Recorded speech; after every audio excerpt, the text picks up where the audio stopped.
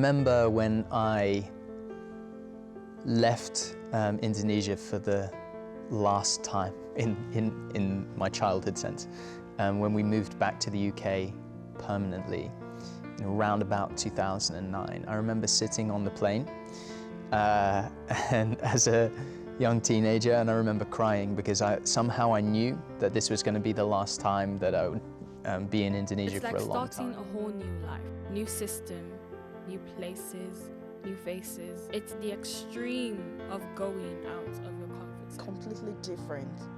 It's possible that you've never seen your next door neighbor before. It's possible that your next door neighbor doesn't even want to answer you when you greet them. It's possible that they don't want to have anything to do with you. So how do you want to go to such people for help? So how do I cope moving from my country to yours? This is Toby Adeyemi, a mother and advanced nurse practitioner at the Norfolk and Norwich Hospital. Tiara, you need to have paracetamol. Little bit more, please. That's enough, thank you. So just wait when I finish, then I'll do the stew part. Ayo, you tell me when is enough. This is the stew not? Oh, the stew is not here. Yeah, get the stew, please. Toby came to the UK 12 years ago on a spousal visa. Lived in Nigeria for 1 year, 4 months after I got married to him, and then relocated here when my visa came out. But I had my son back in Nigeria. However, it wasn't all she dreamed it would be. At some point, I started realizing that our values did not align. What he wanted was not what I wanted. What I wanted to do was not what he wanted to do. What I aim for is not what he's aiming for. So that was so much of a big difference for us, which was causing a lot of issues between the both of us. I remember that I had times where social workers were involved. Before the marriage finally broke down, I had, if I could recall, at least 3 to 4 times of separation.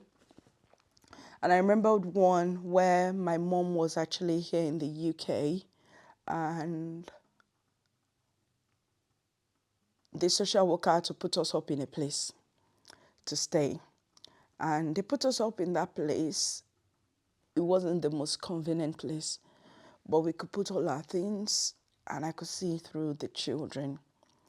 I think along the line, times I went back home to him again, and then we would try to make it work again.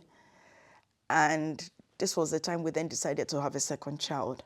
And then I got pregnant of my daughter, who is my first daughter. She's 10 now. And I remember that along the journey, I used to have a lot of episodes of bleeding. But this time, this was literally my 3rd year in the country. Yeah, my 3rd year in the country. It was actually my 2nd year in the country, if I'm right. And yeah, I gave birth to him 2016. So yeah, my 2nd year in the country. And at that time, I decided I wanted to do nursing. So I'd applied for nursing, I'd gotten the admission, but because I realized I was pregnant, I deferred the admission. So I deferred the admission, and I remember that it was the final year of bursary. Yeah, because they used to give bursary to students then to go and do nursing, and you don't have to pay a fee. But it was the final year of bursary, but I had to defer because it was a place I was still trying to find myself. I'm yet to even understand the culture properly. So I felt, oh, I don't think I'll be able to go to school with this pregnancy.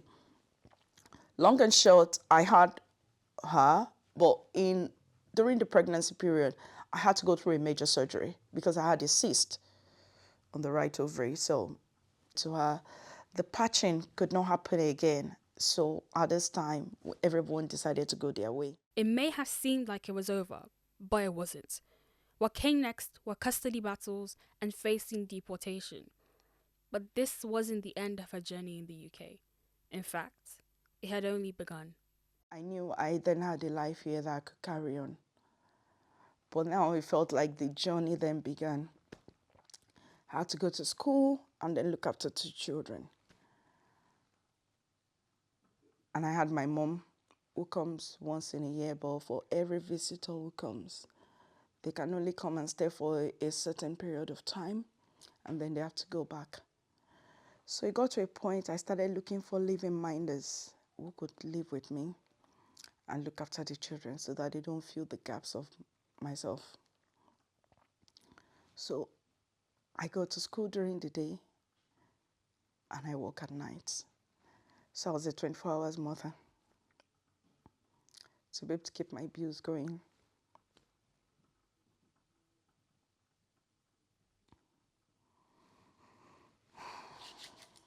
I'm sorry.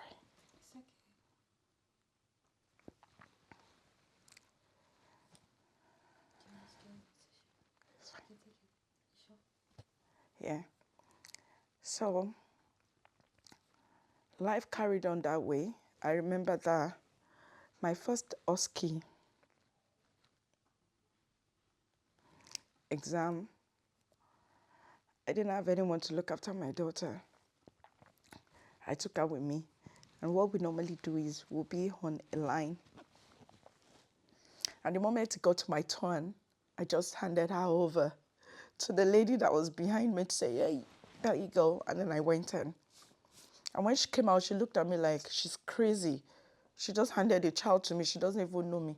I said, because I know you're going nowhere anyway. You're here for the exam too. So, and I just said thank you to her.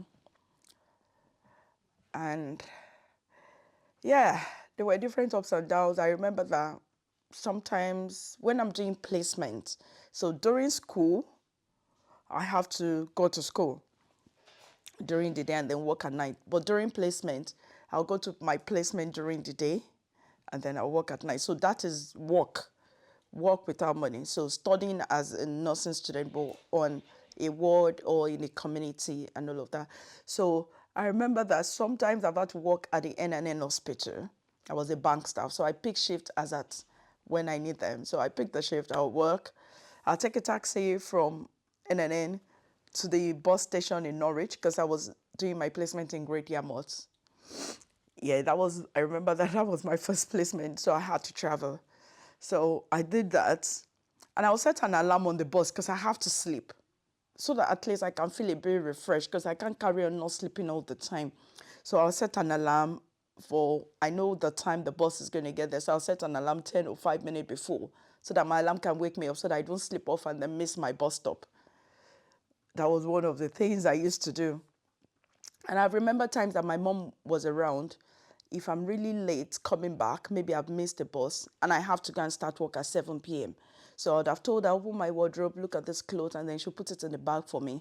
I'll press the buzzer along Newmarket Road because I used to live around that side.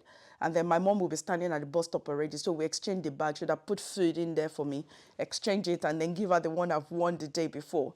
There are times like 2 days I've not had a shower. Yeah, so what I'll just do is I'll go into the toilet. I normally have water wipes. I'll clean myself thoroughly and then get changed and get going again for the day. And I just know that's it again. Today I started. Immigration is not new to the UK. According to the Office for National Statistics, the 2021 census recorded London as the #1 destination for migrants, who take up 40% of the London population. Now, whilst London is a multicultural city, compared to places like the east of England, migrants only make up 10% of the population. So how does one find their community? I think for us, people of color, it's even more difficult because if you don't find yourself in a space of your own community, you are really going to struggle. You're really going to struggle. So, but imagine that I didn't even have anyone in the community because the church played a big role. So the good friends I met from church. But obviously they've got a life too and they've got a family, but they make out time out of no time to still do the little that they can. So being a woman of color from a different background really played a big role in my life all the journey. With Christianity rising in the UK, what is it about a church community that makes it feel like home? Let's check one out, shall we? Just so that that's wings, tail.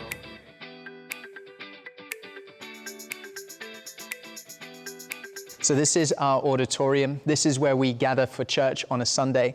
There's about 200 of us who gather in this space. It looks a little bit different than it does right now with all of the lights and all of the volunteers going. It really is incredible. But this is where we meet for church.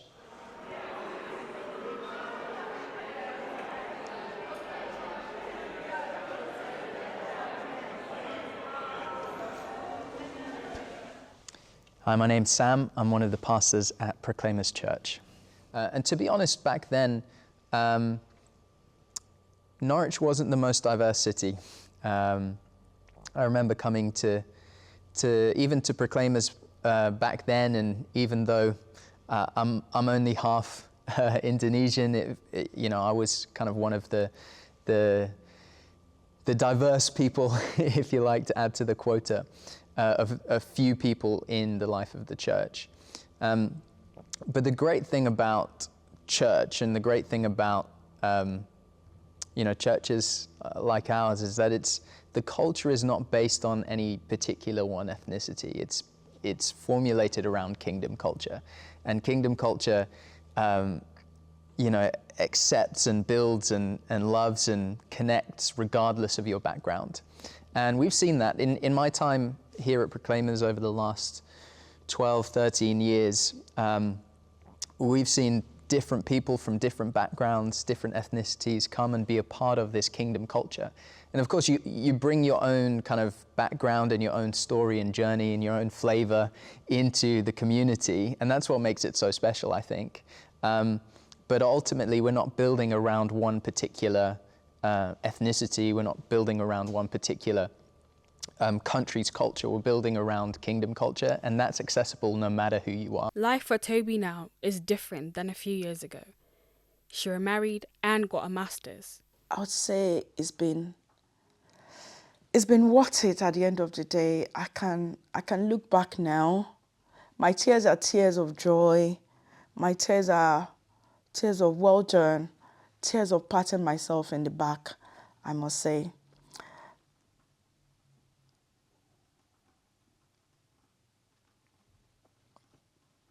But I don't have regrets. That's what I'll say.